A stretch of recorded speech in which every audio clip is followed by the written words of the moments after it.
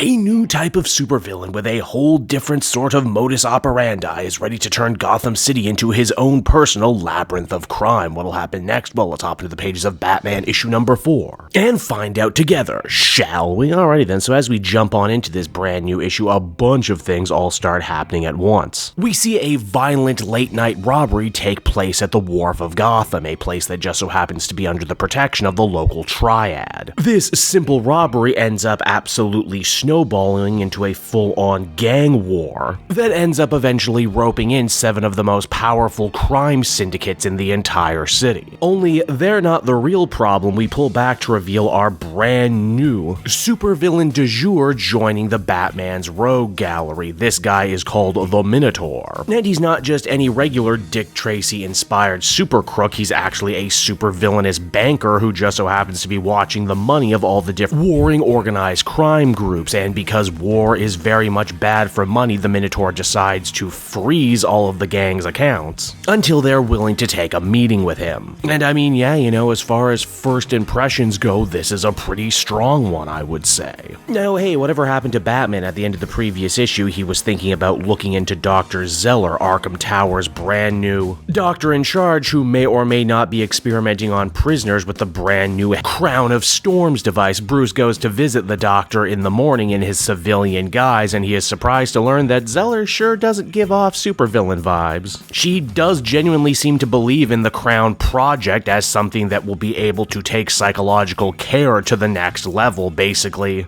be to psychiatrics what the pacemaker is for heart care, if only she could actually get Bruce Wayne's interest and maybe another infusion of cash. And oh yeah, she definitely ended up getting Bruce Wayne's attention, and I mean, she is kinda thick though. And it's been a long time since Bruce has experimented with a new love interest, and what better way to get to know this woman than to wine and dine her and maybe do the no pants dance by chance. Zeller sure didn't see a date coming. In fact, she's been wearing Crocs this whole time, which is maybe one of the funniest reveals I've read in a book in a while. Now, in a hard-working B-plot, we check back on in with Hudson, that kid with cell phone footage that will be able to exonerate Batman of any wrongdoing against the GCPD. Hudson had taken his story to Jack Dean, an old journalist for the Gotham Eye, who gives him a very depressing crash course in the modern state of media. How once crusading journalists were crushed and driven out of their own beloved profession by corporate vampires looking to wring as much money out of the news as humanly possible. Oh,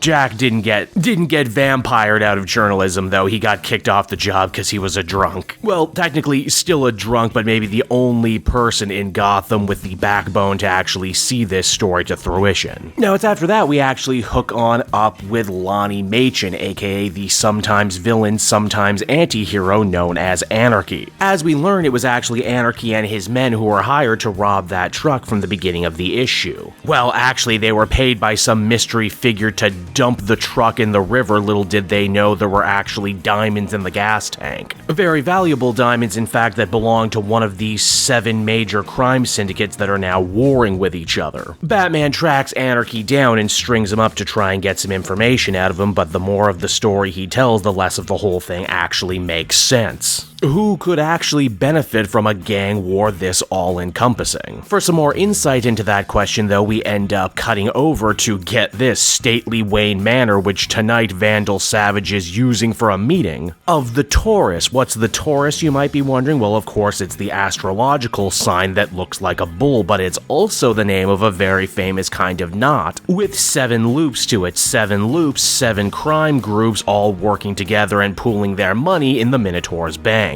And oh, it's a who's who of the Gotham underworld. We got the Italian Mafia, the Romanian Mafia, the Triad, the Yakuza. Some familiar faces like the Penguin, who is apparently the head of the Thieves Guild. Yeah, Gotham has a Thieves Guild, who knew? As well as some colorful new faces like the Cartel, here personified by the Sisters of La Penitenta. Oh my god, narco nuns. I freaking love comic books, guys. I really, really do. Now, you might be wondering to yourself, if Taurus is so powerful and so influential, why are we only hearing about them and the Minotaur right this moment? Well, there's actually a very good reason for it, as the Minotaur explains. Their group could really only come to power in Gotham City as it stands right now. The police are corrupt, the media is defanged, and the supervillains are in shambles following several big event storylines. As of today, the group controls all of the money money in the underworld, but tomorrow they plan to take control of the city's entire finances before eventually the world. But the Minotaur's plan will only work if the 7 families stop fighting with each other. After all, they earn together, they bleed together too. The Minotaur has frozen their accounts to broker a peace, but he also went out of his way to kidnap loved ones representing each of the 7, and why yes, penguins is indeed an actual real live penguin. Also, no joke, for a minute there I thought there was a horrible art error with the Minotaur having 7 fingers, only for it to eventually sink into me. Oh, 7 knots, 7 families, 7 fingers, okay. Up until now, the Minotaur and his group have had the benefit of operating in the shadows, but Anarky eventually ends up spilling the beans onto who this new major player is, meaning that as the comic comes to an end, the Dark Knight finally has Taurus in his crosshairs, and once Batman gets a whiff of something, you know he won't stop until the job is done. And so that was Batman issue number 4, everybody, and once again, I think Matt Fraction Company delivered a really wonderful, really enjoyable, really exciting little issue.